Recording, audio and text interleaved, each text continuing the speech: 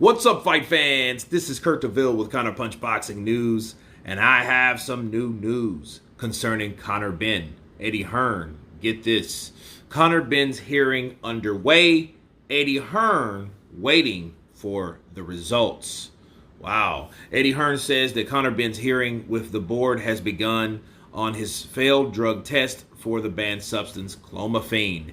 Hearn makes it clear that he's not involved in the hearing, and if his popular young welterweight star is given a ban, they'll deal with it. As of now, Hearn isn't sure what length of the ban the 26-year-old Benn might receive. It could be a short one or 3 to 6 months, given that this is the first positive test. If it is a short ban, Benn could be back in the ring early part of 2023, ready to resume his march to a world title at 147. What we don't know is if Benn's positive test were a sign that he'd been using PEDs to take his career to the next level and give him an extraordinary power and energy that he didn't possess 4 years ago, and when he was struggling to beat lesser fighters like Cedric Peynaud, which was 8-3-4. If Benn's sudden success inside the ring is a result of a performance-enhancing drug, we could see him revert back to the average fighter he'd been in the past for the last 4 years. Wow. Let me counterpunch. Eddie Hearn said that, hey, we will deal with it.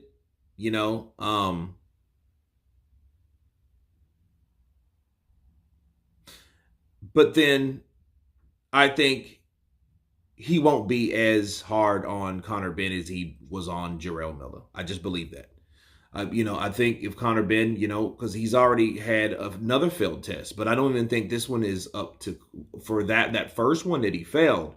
The question is, why wasn't he up for the border control for that one? I know people, hey, it's double jeopardy, yada, yada, yada, but if he's already failed one, now he failed another one for the same thing, it's hard to not look at that as a consistent trail of doing something again and again. Because if he was having problems like beating lesser opposition like Cedric Peynaud, and now he went from that to knocking out guys like Chris Algieri out cold.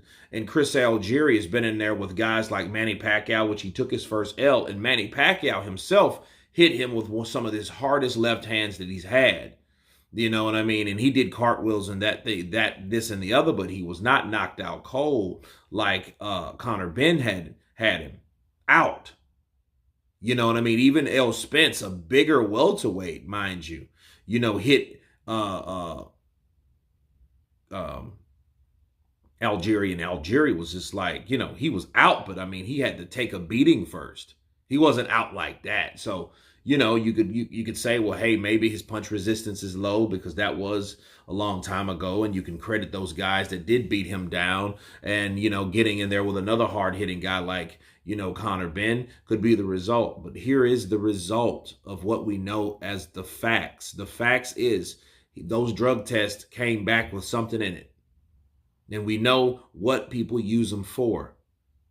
And I will say this, if he comes back dirty and it's a long ban, like 2 years, he's missed $10 million from just trying to cheat. Or maybe you weren't that good anyway, so you should have seen naturally how good you really were without taking the shit. Okay, so that, people take risk and they look at those risks and they want the risk to match the reward. In this case, I don't know. You know what I mean? But I don't think it was worth it at the end of the day. Jacking your body with this shit. Now you're just this big raging freak. You know what I mean? Ready to knock anybody out, but it's nothing natural about it. It's because, you decide to take a little visit to the bathroom or whatever and inject this shit or pop this shit or consume it in some type of way.